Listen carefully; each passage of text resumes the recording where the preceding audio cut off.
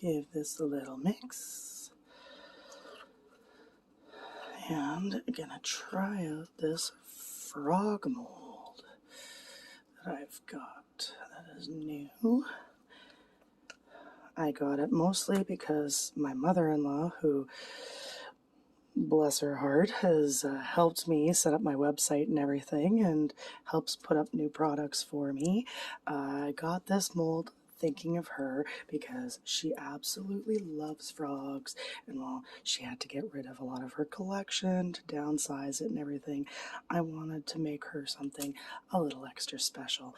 So let's add our resin onto all of the moss here so it has a chance to soak up all of the resin in here so it can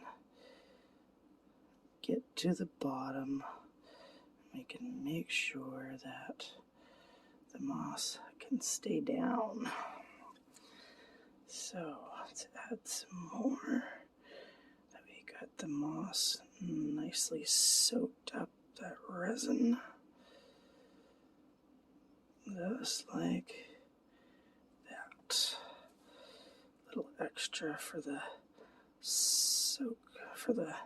moss to soak up.